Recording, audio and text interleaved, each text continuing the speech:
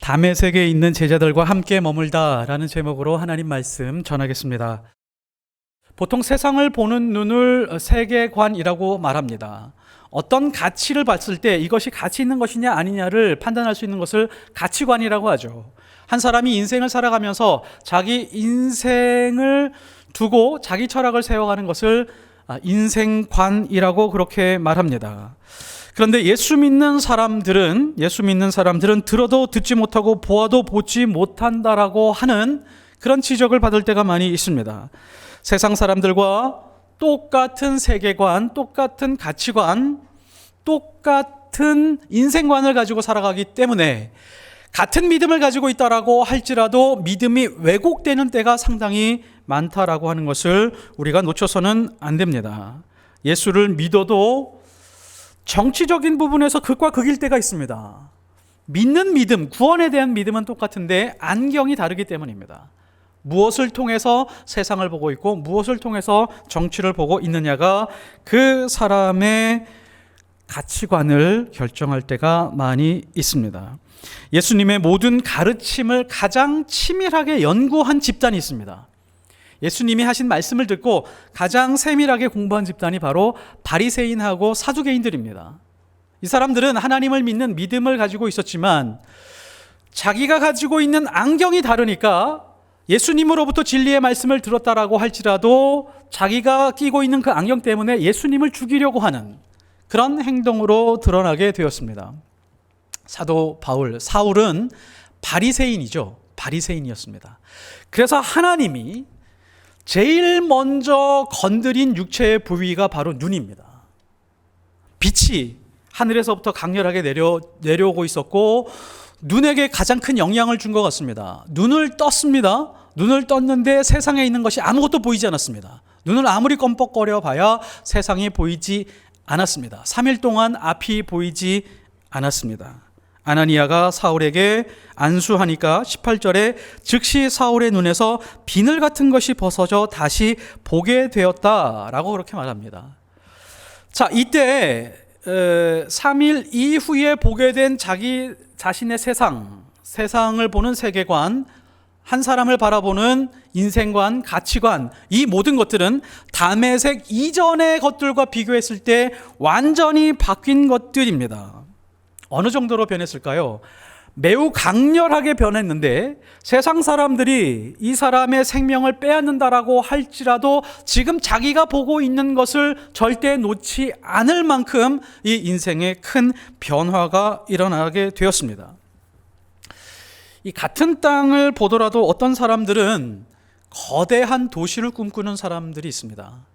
네, 같은 땅을 보더라도 저 지역은 너무 침수돼, 비가 오면 항상 비로 가득 찬 그런 땅이야, 쓸모없어 라고 그렇게 판단하면서 그 땅의 가치를 몰라보는 사람들이 있습니다.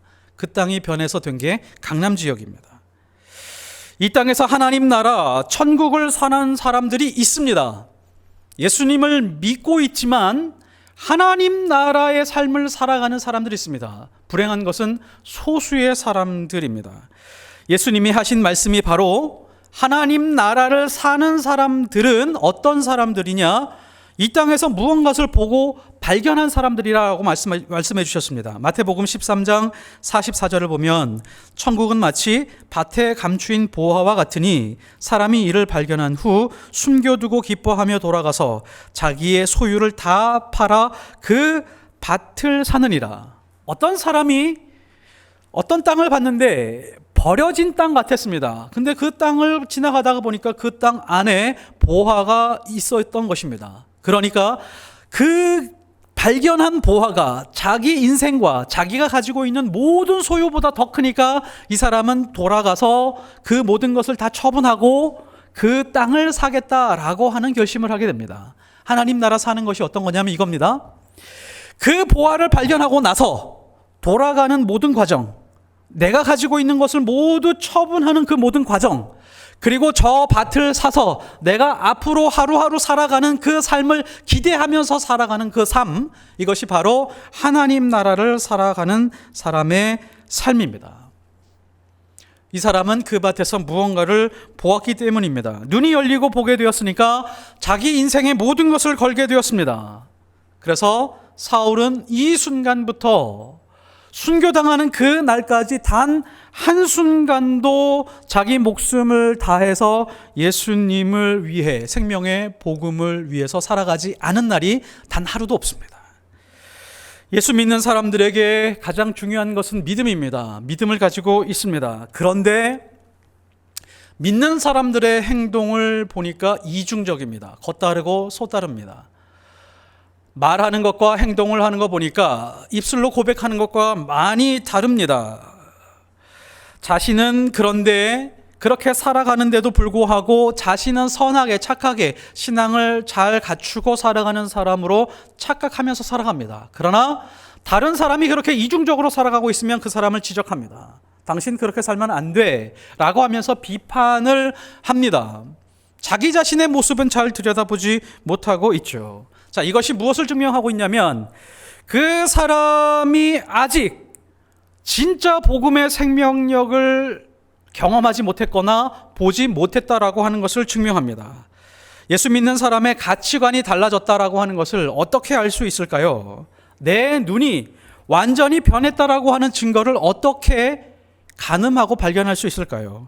빌립보서 3장 7절에서 12절을 보면 그러나 무엇이든지 내게 유익하던 것을 내가 그리스도를 위하여 다 해로 여길 뿐더러 또한 모든 것을 해로 여기면 내 주 그리스도 예수를 아는 지식이 가장 고상하기 때문이라. 내가 그를 위하여 모든 것을 잃어버리고 배설물로 여기면 그리스도를 얻고 그 안에서 발견되려 함이니. 어떤 사람의 눈이 바뀌었다라고 하는 것은 정확하게 이겁니다. 내가 이 땅에서 끊임없는 노력으로 가지고 싶어서 가지게 됐었던 모든 소유, 자기가 가지고 있었던 그 모든 것들을 해로운 것으로 여기고 배설물로 여길 수 있는 판단력을 가지고 그렇게 행동할 수 있다면 그 사람의 눈이 바뀌었다라고 하는 것을 증명합니다.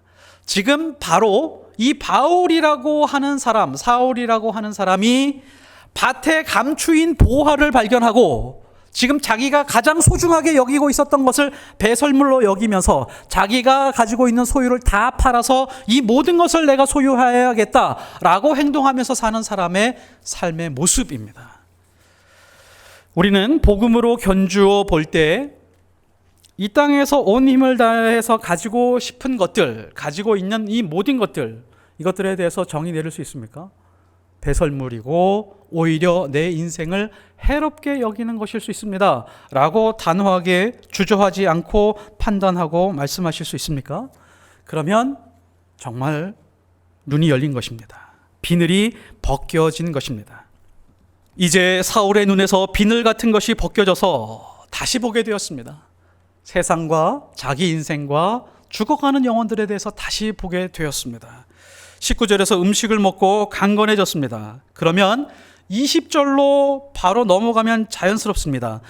음식을 먹음에 강건하여지니라. 즉시로 각 회당에서 예수가 하나님의 아들이심을 전파하니. 이제 몸이 회복되었으니까 예수님을 만나서 그 예수님이 누구인지 선포한다라고 하는 것을 설명하면 자연스럽게 성경이 이어질 것 같은데 이 사이에 굳이 성경은 한 구절을 삽입시킵니다. 사울이 다메섹에 있는 제자들과 함께 며칠 있을새. 가만히 생각하면요, 앞뒤 구절에 비해서 이 말씀은 별로 의미가 없어 보입니다. 그러니까 며칠 동안 있었는지에 대해서 설명이 없고요, 그 자리에 누가 있었는지에 대해서도 설명이 없습니다. 그 자리에서 어떤 대화가 오갔는지에도 설명이 없는데 이거 없어도 될 구절들에 대해서 지금 성경은 굳이 빼지 않고 넣어놓고 있습니다. 단 하나 추정할 수 있는 게 그 다메섹의 제자들 중에 아나니아는 있었겠구나라는 정도밖에 생각할 수 없습니다. 왜 성경은 다메섹에 있는 제자들과 사울이 며칠 머물렀다라고 하는 것을 빼지 않고 기록해 두었을까요? 이유가 있습니다. 다메섹의 그리스도인들과 함께 먹고 마시고 교제하면서 비로소 사울이라고 하는 인생의 중심축이 예수 그리스도의 인생 중심축으로 완전히 전환이 되었기 때문입니다. 이 장면이 사울의 믿음과 사울의 인생에서 절대적인 영향을 끼쳤기 때문에 성경은 이 말씀을 뺄 수 없었습니다. 사울은 다메섹의 제자들과 며칠 동안 머물면서 무엇을 했을까요? 이 사람들은 친하게 지내면서 오해가 있으면 오해를 풀고 게임하면서 며칠 동안 잘 지냈을까요? 그렇지 않습니다. 당시에는 신약 성경이 없었기 때문에 예수님이 어떤 분인지에 대해서 누군가가 알려주지 않으면 예수님에 대해서 자세하게 알 수 있는 길이 없었습니다. 문서가 없었거든요. 그래서 며칠 동안 사울과 다메섹에 있는 제자들은 대화를 했을 텐데, 다메섹에 있는 제자들은 분명히 예수님이 어떻게 태어났고 예수님이 이 땅에 오신 이유가 무엇이며 예수님이 이 땅에서 누구를 만나서 예수님이 하신 말씀들이 무엇인지에 대해서 자세하게 설명을 해 주었을 것입니다. 여러 명의 제자들이 계속해서 예수님에 대해서 이야기를 해 줬을 것입니다. 예수님은 가난한 자들 곁에 있었습니다. 예수님은 눈먼 자들의 눈을 열어주었습니다. 예수님은 문둥병자들을 고쳐주셨습니다. 죽은 자를 살리셨습니다. 라고 하는 사실들에 대해서 계속 이야기를 했습니다. 아마 이때 사도 바울은요, 예수님을 아는 지식이 가장 고상해졌다라고 하는 그 말씀에 대해서 자신 있게 말할 수 있는 기간이 바로 이 기간이었을 것입니다. 제자들이 예수님에 대해서 말씀하고 있는 것, 예수님이 왜 십자가를 졌으며 예수님이 어떻게 부활하셨으며 예수님이 어떻게 피 흘리셨으며 예수님이 어떻게 무덤에서 나오셨는지에 대해서 이야기를 하면서 예수님이 보여주신 그 크신 은혜와 사랑, 그것에 대해서 너무 감격해서 가슴이 터질 것 같으니까 제자들과 함께 손 붙들고 눈물 흘리고 기도하고 찬송하고 예배했었던 시간이 바로 이 시간이었습니다. 바울은 어땠을까요? 제자들이 돌아가면서 예수님에 대해서 이야기를 하는데, 그래서요, 그 다음에 예수님이 무엇을 하셨나요? 그때 예수님이 무슨 말씀을 하셨나요? 그래서요, 예수님의 심정은 어땠나요? 예수님이 거기서 왜 눈물을 흘리셨나요? 라고 하는 그 궁금증 때문에 사도 바울은 밤새는지 모르고 제자들에게 그래서요, 예수님에 대해서 더 알고 싶습니다 라고 하면서 계속해서 질문을 했었을 것입니다. 그래서요, 예수님이 마지막으로 남기신 말씀은 무엇입니까? 라고 그렇게 질문하니까 제자들이 한 목소리로 이야기합니다. 이스라엘과 온 유대와 사마리아와 땅끝까지 예수 그리스도의 복음을 증거하라라고 하는 그 말씀을 이구동성으로 이야기를 하니까 그때 사도 바울이 가슴이 터질 것 같았습니다. 내 생명을 살려주신 그 예수 그리스도, 예수님의 생애, 예수님의 사랑, 그 은혜를 다 듣고 나서 벅차서 견딜 수 없으니까 20절에 이렇게 말합니다. 즉시로 세상에 달려나가서 예수님이 하나님의 아들이라고 하는 것을 선포하고 예수님이 메시아, 구원자라고 하는 것을 선포하지 않으면 견딜 수 없는 사람으로 완전히 바뀌게 되었습니다. 그 이야기를 듣자마자 그거 제가 하겠습니다. 그 소식, 그 복음에 대해서 제가 가서 전하겠습니다 라고 하면서 즉시로 달려나갈 수밖에 없었습니다. 이 모임을 한번 잘 보십시오. 성경에서는 이름에 대해서 이야기하지 않습니다. 누가 그 자리에 있었는지, 어떤 대화를 했는지에 대해서는 말씀하지 않습니다. 그러나 충분히 추정할 수 있습니다. 예수님의 사랑에 대해서 이야기를 했을 것입니다. 사도 바울은 창세기에서부터 말라기까지 구약에 나와 있는 모든 하나님의 말씀, 그 율법들에 대해서 머릿속에 다 들어있었는데 그 율법을 하나하나 나열해 가면서 예수님이 오셔서 하신 그 모든 일들, 그 은혜와 사랑, 그 십자가와 부활을 자신의 율법과 퍼즐처럼 맞춰가면서 자기 안에 들어오는 그 가슴 벅찬 그 감격에 대하여 놀라고 눈물 흘리고 엎드리고 송두리째 하나님 앞에 다 드리겠다라고 고백하지 않을 수 없었습니다. 그 모임이 바로 이름 없는 다메섹의 제자들의 모임이었습니다. 우리는 이 땅에서 살아가면서 사도 바울처럼 인생을 살아갈 수는 없지만, 그리고 베드로처럼 설교해서 3,000명이 회개하는 그런 역사를 경험할 수는 없지만, 오늘 나와 있는 이 말씀에 있는 이 모임을 계속해서 유지할 수는 있습니다. 예수님을 사랑하는 그 사람들, 예수님을 위해서 헌신하고 싶어서 예수님에 대한 그 갈망을 가지고 있는 그 사람들의 모임, 3명, 4명, 5명, 그 10명 혹은 수십 명의 그 모임을 통해서 예수님을 주고받는 그런 모임을 이어갈 수는 있습니다. 그래서 우리는 이런 교회를 꿈꿉니다. 무사람들, 어떤 사람들이 열심히 세상에서 나가서 믿음으로 싸워왔던 그 사람들이 누군가가 우리 모임으로 들어와서 함께 예수 그리스도를 나누고 예수 그리스도를 위해서 살아가며 예수 그리스도를 닮아가기 위해서 싸워가는 그 사람들의 대화를 통해서 어떤 사람들은 치유를 받고 어떤 사람들은 회복이 되고 어떤 사람들은 하나님을 위해서 온 인생을 바치겠다라고 하는 그런 모습으로 헌신하게 되고, 이런 모임들이 우리 안에서 일어나기를 원합니다. 성경에서 일어났던 그런 일들이 우리 교회의 작은 모임들을 통해서 비록 세상에서는 알려져 있지는 않지만, 대단한 인물들이 나오지는 않지만 그래도 회복이 되고 하나님 앞에 헌신하는 사람들이 계속해서 일어나는 교회가 될 수 있었으면 좋겠습니다. 잘 알려지지는 않았지만 성경 안에서 예수님의 말씀을 귀 기울이며 다른 사람이 인정하지는 않지만 조용히 말씀 따라 살아갔었던 그런 인물이 있습니다. 그 사람이 바로 안드레입니다.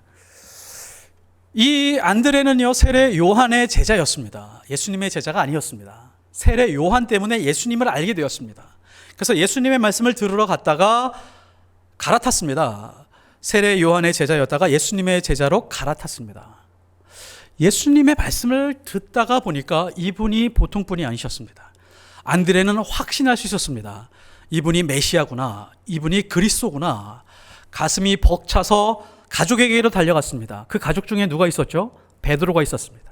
자기 친형제 베드로에게 가서 내가 예수님을 만났어. 그분은 그리스도이셔, 메시아이셔, 하나님의 아들인 것 같아 라고 그렇게 전하고 베드로를 전도해서 예수님 앞으로 데려옵니다. 그러자 베드로가 예수님의 제자가 되었습니다.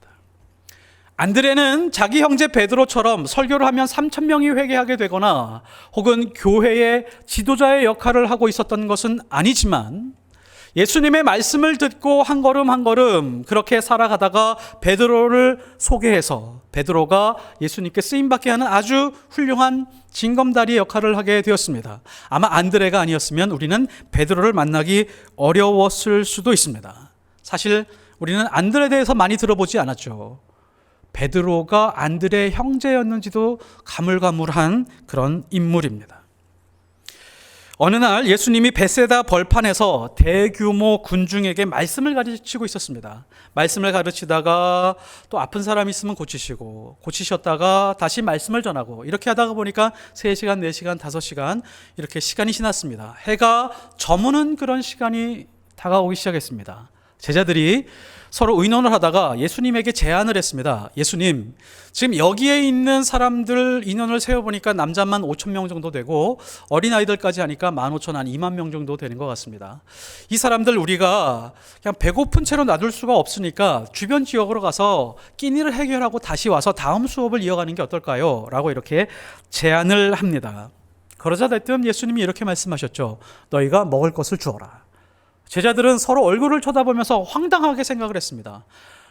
예수님이 이런 말씀을 하시다니 예수님도 참 이상한 분이야 라고 생각을 했을 것입니다.